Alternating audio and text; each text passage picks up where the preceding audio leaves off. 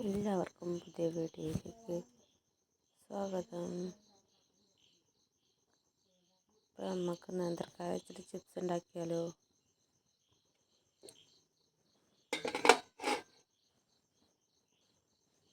നേന്ത്രക്കായ തൊലി കളഞ്ഞെടുക്കുക. 2-3 വരട്ട് കൊടുത്തിട്ട് പൊളിച്ചാൽ മതി. അപ്പോൾ അത് പെട്ടെന്ന് പോകുന്നു.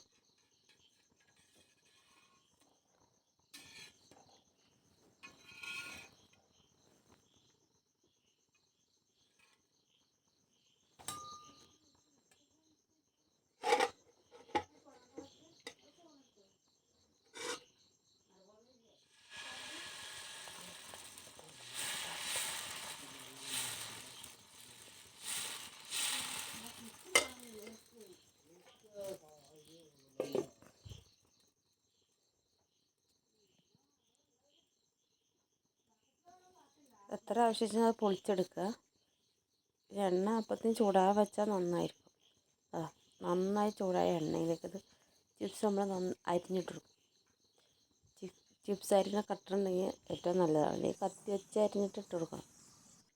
അരിഞ്ഞത് അപ്പം തന്നെ ഇട്ട് കൊടുക്കണം. അത് വെച്ച് കഴിഞ്ഞാൽ കറയാവും, കറ പിടിക്കും. ഉപ്പിട്ട് കൊടുക്കുക. ഇടയ്ക്കിടയ്ക്കൊന്ന് ഇളക്കി കൊടുക്കണം. മിക്സ് ചെയ്ത് കൊടുക്കുക. ഇത്രയുള്ള പരിപാടി. സിമ്പിളാ. ചില ആൾക്കാരൊക്കെ അതിൽ മഞ്ഞൾപ്പൊടി ഇട്ട് കണ്ടിട്ടുണ്ട്. മഞ്ഞൾപ്പൊടിയുടെ ആവശ്യമൊന്നുമില്ല, ഉപ്പ് മാത്രം മതി.